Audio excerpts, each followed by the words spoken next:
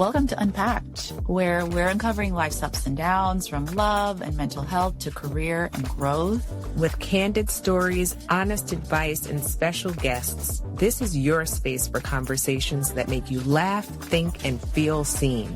Jess, is the group chat open? Dev, yes, it's open, and we're unpacking it all. Fall is upon us, around the corner. Good time to get away. It is a good time to get away. Yeah. Do you go alone or do you go with somebody? That's a big question. And I see both sides of, pros and cons to going solo, going with friends. I think there's some occasions where friends are warranted, the bachelorette party, the birthday party, just living life. Mm-hmm. And then there's also times where you want or need some alone time and you just want to experience new places by yourself. Yeah. And I think that's okay too. I agree. We see that in that Tracy Ellis Ross show, the solo traveling show, where she doesn't really have a reason to go traveling alone, but she's like, hey, I know that this is a source of happiness. I'm going to make it my own. And she does it. Yeah. Which I love. I love the show. I love the show too. And it's coming with a second season. So I'm definitely going to watch. So happy. Hopefully more episodes. Yeah. 3 episodes. Yeah. Like after it was Morocco, Mexico, and Spain, I was ready for the 4th episode. I think it was maybe midnight at home. And Roku was like, that's all, folks. So yeah, I hope the next season does have more episodes because I'll be tuning in. Same. Yeah. But I think I love the show. I love her outfits. I just love her personality. She's very authentic. Mm-hmm. And she did seem to speak to some of the stigmas that come with solo traveling, which have been top of mind for me whenever I consider it. Will I get kind of lonely? If I'm going to a certain destination, and am I safe traveling alone? Right. Have you ever taken a solo trip? I have taken a solo trip, but it's been years, actually. You? Where did you go? Do you remember? I remember vividly because I went on a solo trip. This was February of 2020. Oh, I went to Miami, and it was actually a self wellness, what the hell am I saying? It was a self-care retreat with healers. You were saying all the right words. They had sound healing. They had meditations. They had all this stuff that was really grounding. And I came back to New York feeling like, wow, this is my year, and I'm just going to do all the things and I feel so good about it. And then COVID hit. Yeah. I mean, I guess that was the universe saying, girl, you are really being put to the test. You and the rest of the world. Yes, but I do think the timing was wild because it did, I think, mentally prepare me for what was coming in terms of also, what the pandemic came with. That's a great point. But yeah, that was over 4 or 5 years ago. I love that and that's a great example of preparing you mentally for, in this case, COVID. But I think traveling alone is such a good way to ground yourself and mentally reset. Mm-hmm. And some people say escape, which we can get into later, but I think escaping necessarily isn't a bad word in this instance. Yeah. But it is a reset, and it is a chance to just spend some time with yourself, think about priorities in life, or not, disconnect completely, isolate yourself, whatever you need to do, and then come back just ready to hit reality. So I love it. And my last solo trip was 2023. Okay. I went away for a couple of months from New York, and I loved it. I hit four countries. Oh, wow. 5 cities. And it was the best time ever. I loved that. It was amazing. Yeah, because that's not like a week or a couple months of really. Yeah. Yeah. I was trying to be a travel influencer, but it didn't work out. Hey, it could still be in the cards. It's never too late. Yeah, it's never too late. That's right. Why is it that some people are so afraid to travel by themselves, you think? I think a fear of loneliness has something to do with it. I think the other night I was going to go out to dinner by myself, and I just envisioned myself sitting at a table alone on a busy Saturday night. Everyone's at tables with other people. I'm there alone, and I'm just twiddling my fingers as I wait for food. And that just was like not the experience I wanted. So putting that into context of traveling, I think loneliness is an element of it. Yeah. I mean, I think there's a difference of being alone and being lonely. And I think it when you are by yourself, you kind of have to pick a lane of what you want to be and how you want to shift your perspective of what you're actually doing. So I get it, though. Going to dinner by yourself, traveling by yourself, it can be lonely at times, but it also can be very liberating. And it does take some fine tuning of, okay, well, I'm uncomfortable. I'm by myself. Maybe people are looking at me and thinking, oh, poor her. She doesn't have any friends, a partner, a family, and we feel bad for her. And then that gets in your head and you're just like scrolling on your phone or things to do, and that defeats the whole purpose. So I get it. It's an adjustment for sure. Yeah, I do think of the Tracee Ellis Ross show where she seemed to combat that fear of loneliness, where she would actually interact with people when she felt like it. When she was in Morocco, she was just enjoying her meal. And I think there was this gay couple that kept looking her way, and she literally just walked up. She's a celebrity. We're not. So I it might be kind of weird if I walk over to a couple and be like, I saw you guys looking at me. Hey, but I like that she, in a natural way, just struck up conversations with people when it felt good. And then she went back to doing her own thing, which is also an option. Yeah. And I wonder that feeling of, hey, I'm alone and maybe, in a room with people who are with others. Sometimes if that feels kind of strange or icky for a moment, maybe that's good to feel that for a bit, or, ease into it to get comfortable with it. I agree. Yeah, 100%. Yeah. You don't grow unless you are uncomfortable for a bit. You have to go outside of your comfort zone, I think. Yeah. And then that lends itself to other areas of your life where, you gain confidence.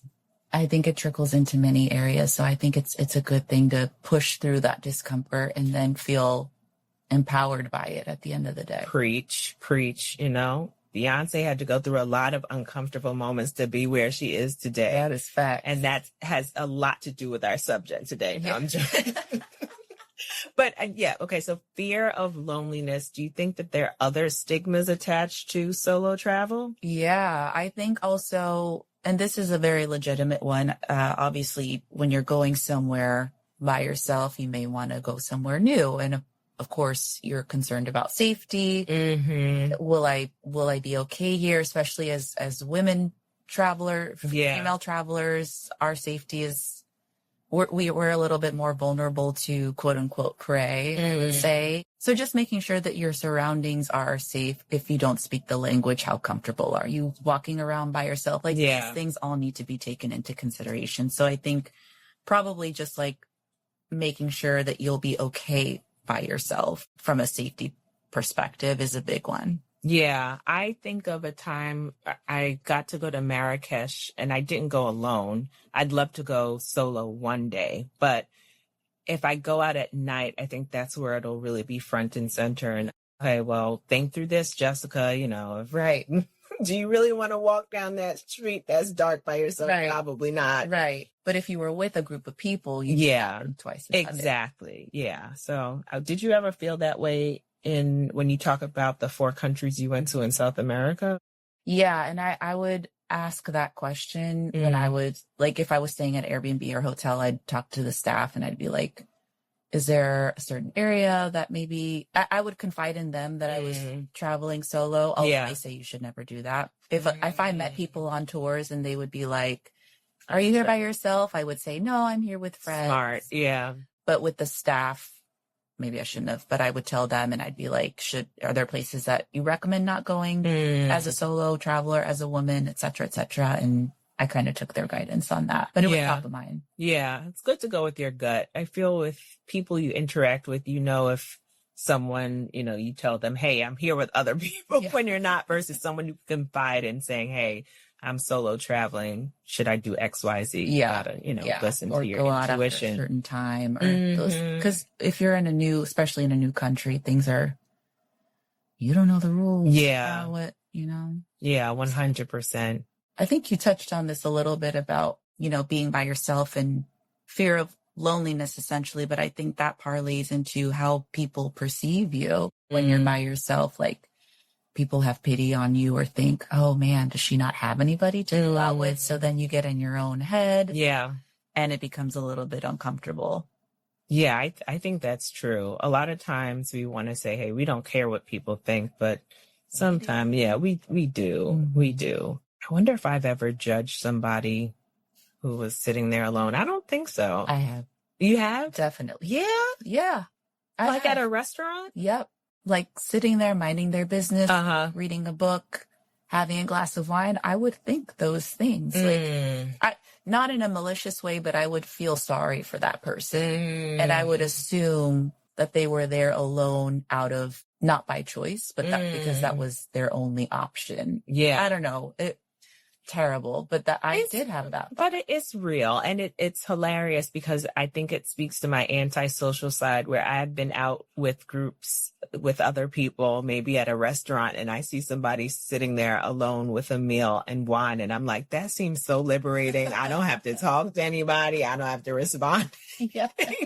But then I just don't do it because I think of the perception of it, or also, hey, when my meal is done or my wine is done, do I pull out my phone?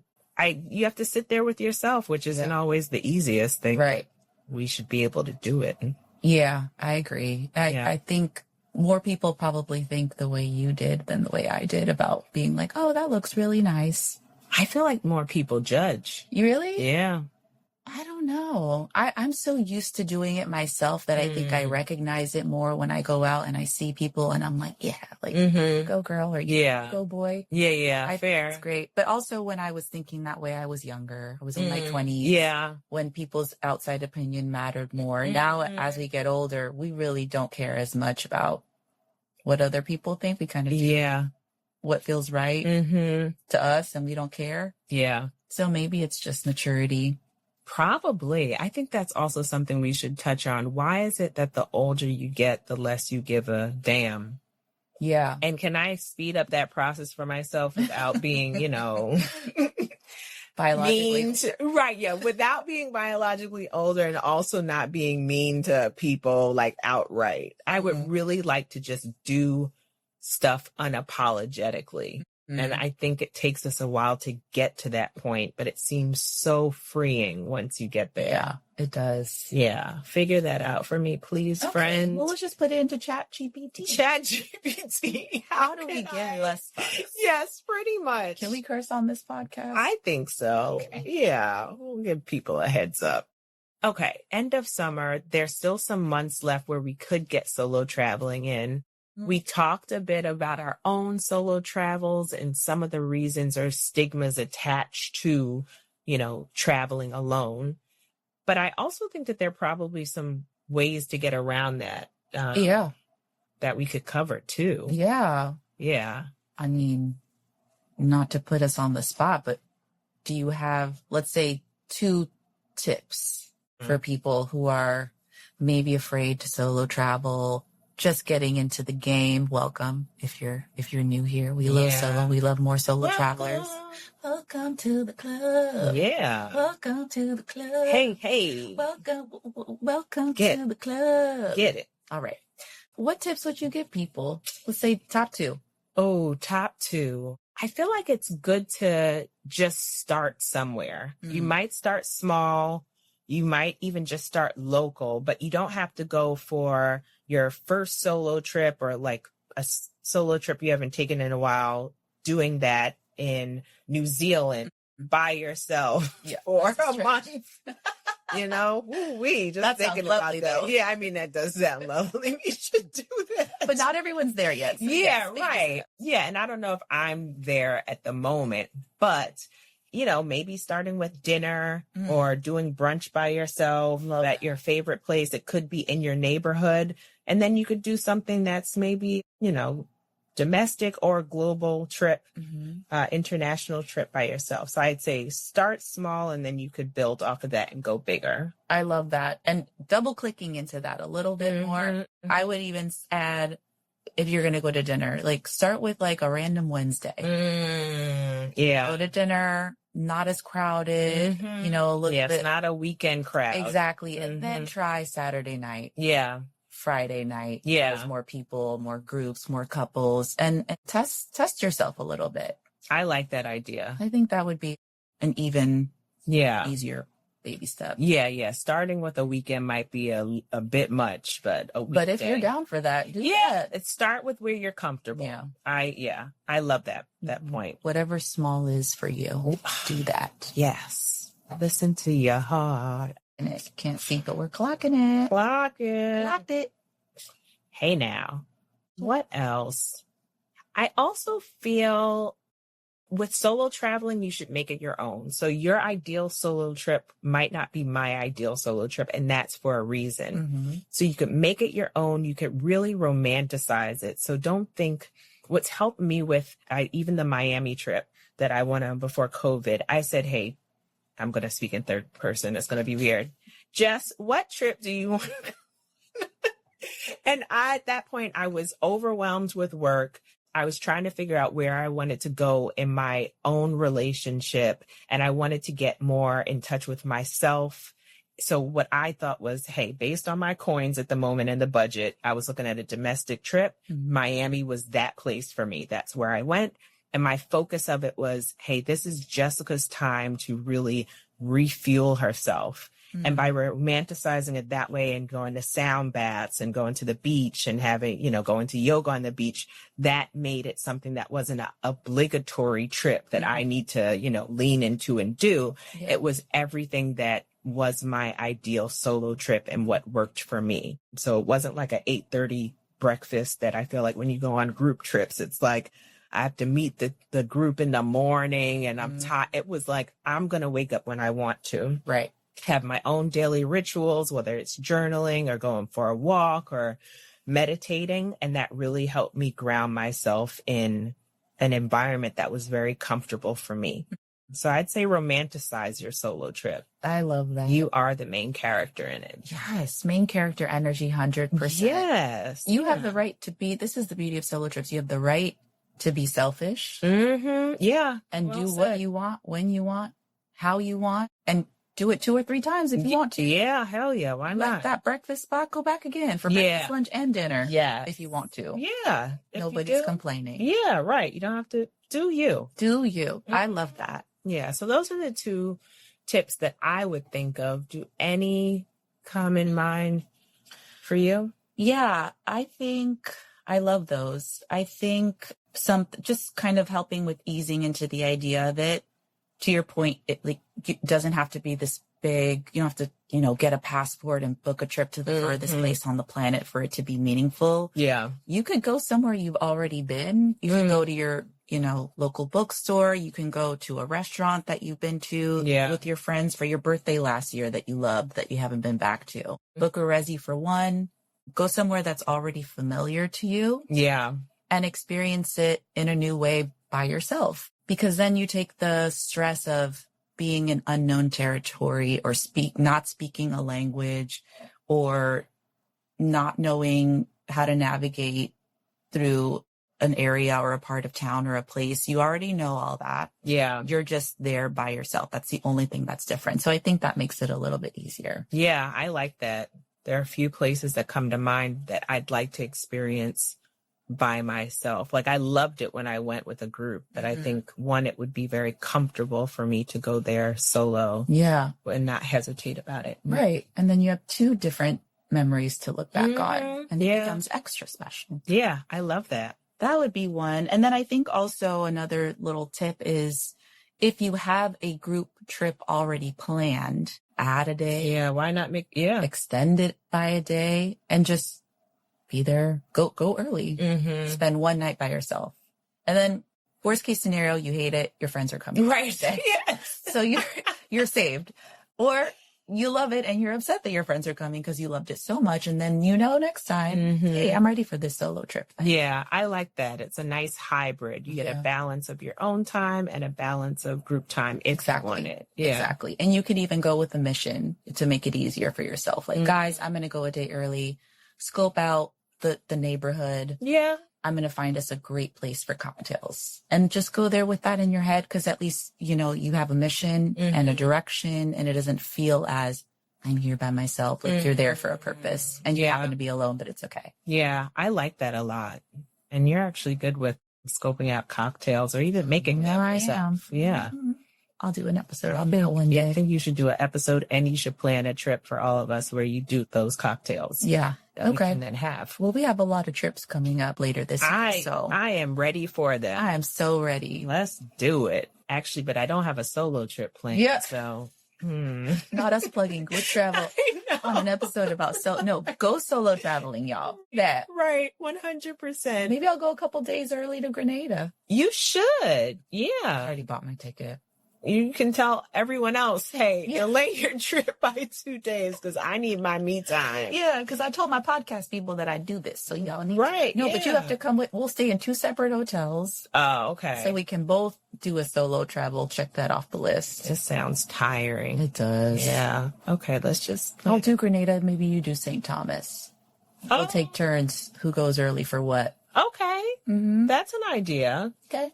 Or I could just nix it all and just go to Bali by myself, which I've wanted to do. And I can have my eat, pray, love moments. Right. Yeah. What do you think about that? I could listen to all the Beyonce I want. I might start talking to myself about Beyonce because none of my friends want to talk to me about I want to talk about Beyonce. I love Beyonce. Yeah, but you rolled your eyes the other time I mentioned it. What were you talking about with her? When?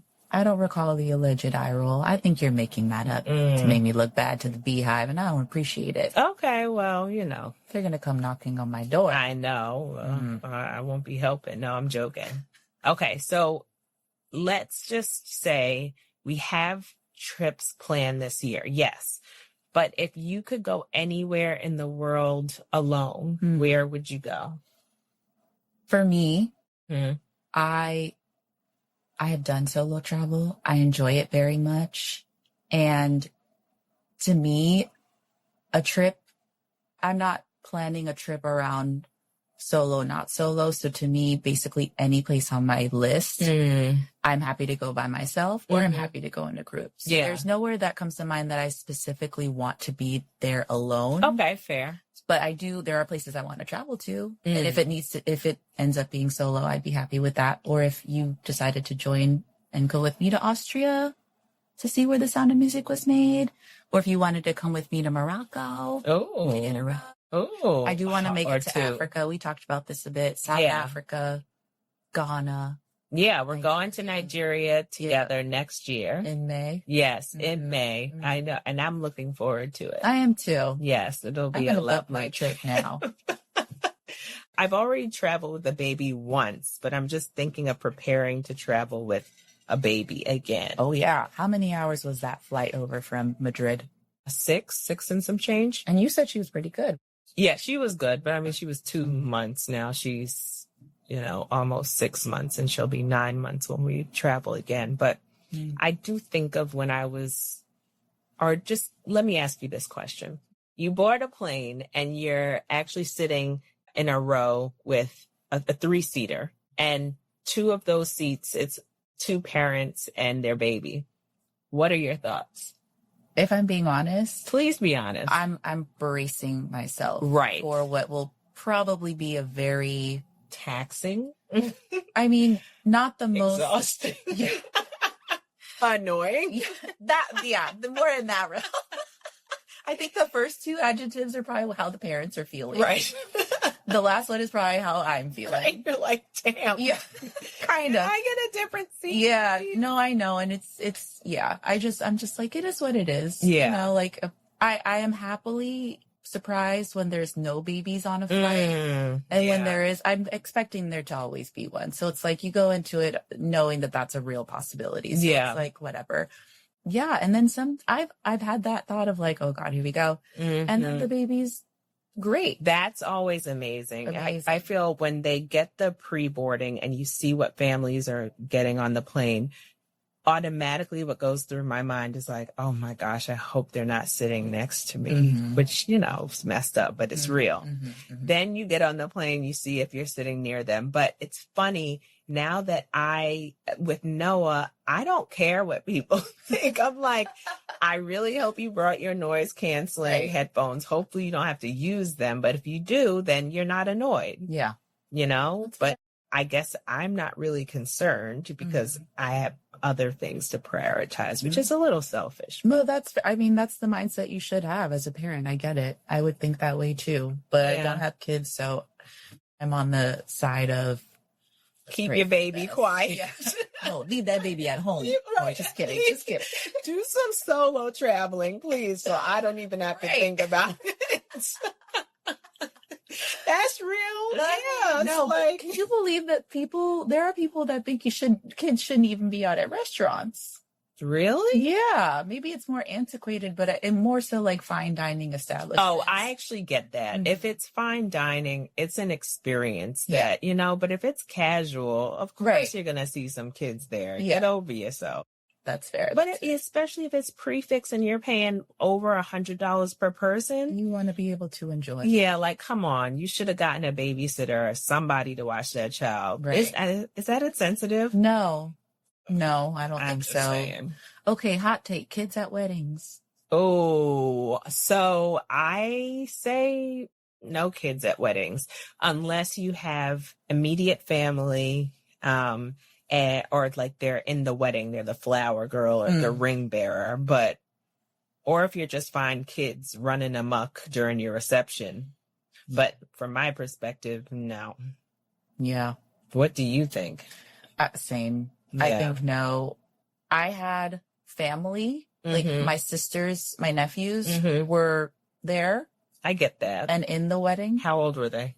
At the time, the youngest was like maybe 5. Okay, that's young. That's actually, like an age of terror, I've heard. Yeah, and he was cutting it up on the dance floor. My poor sister was chasing after him. And we have so many photos of him just like jumping around, and I didn't have to deal with it, so I don't care. But right. I think that's sweet. There's this element of trust if you trust the parents of those kids, because I think that if you don't have that trust or you have some doubt in terms of their ability to discipline or calm children, you're going to be out there for a first dance or let's say a quote unquote photo worthy moment, whatever that is. And a kid is just, because I've seen reels with it, like kids are running in the back doing that little, like, I don't know, some trendy dance, and you can't say, oh, let's run this back and do it again. Please take your child.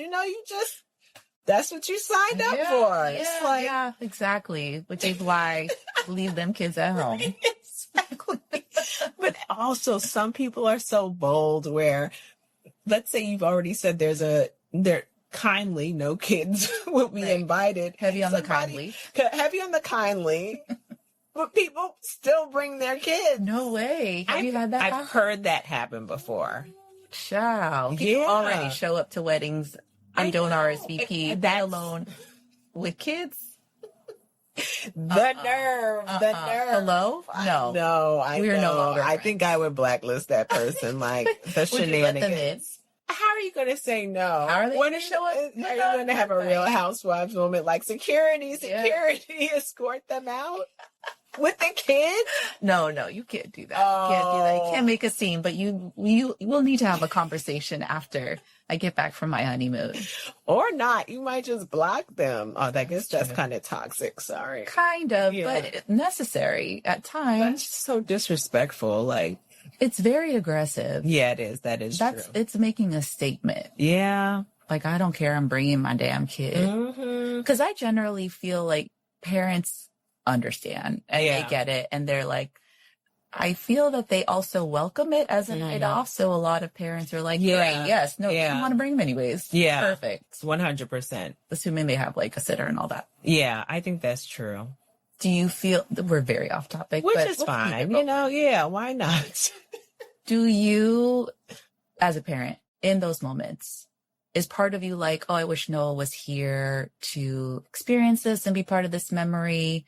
Or are you like, I'm really enjoying this kind of night to myself, me and my husband, or just me and my friends, or just me? Or a little both? I think it's a little bit of both. I have moments where I really am happy to have her grandparents who are willing to watch her. Hopefully at some point a nanny who's willing to watch her. So I know that she's well taken care of, but it's nice to have those nights off. Mm-hmm. It makes me think of this theme we've touched on a few different times in relation to having a sense of self. You know, for example, I'm a daughter, I'm a wife, I'm a sister, I'm a cousin, I'm a da-da-da-da-da, but I'm also Jessica, who enjoys certain things, whether it's by myself or with friends. And honestly, like, I'm Noah's mother, but I'm also just an individual who enjoys my own shit. Yep. 100%. So to actually answer your question, yeah, I like having nights off to myself. Yeah. Yeah. As you should. Yeah. And I think that's healthy. I think so too. I love that for you. I think it's unfortunately more often than not, people get lost in the role of something, mother, wife, daughter. If you have expectations from your parents, it's challenging to stay true to yourself and not let some things go by the wayside. It's an active effort to stay that way. For me personally. I agree. Some people, I think sometimes they start to look at a certain role as kind of taking over their entire sense of self, which I, to some extent, admire, and, you know, you respect it, but we're all multidimensional. And I think when we lean too much into one element of our lives, not only is it a bit risky, but also you're missing out on so much other stuff, you know, that defines you, that makes you who you are and really unique. Yeah. Well said. Yeah. I love that. Great. Solo traveling is great for tapping back into yourself.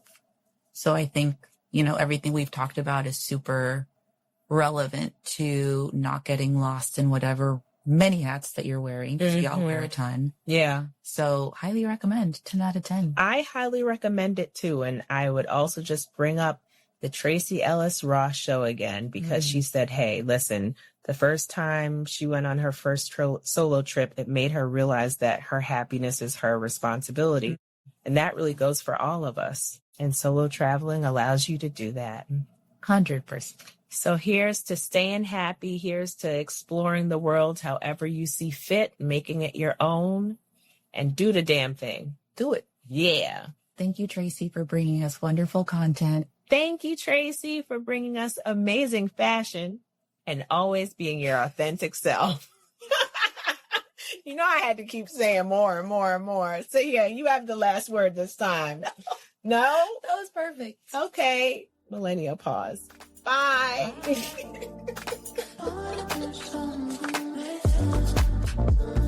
And with all that being said, we've got more stories, more laughs, more realness, and more unpacking next week.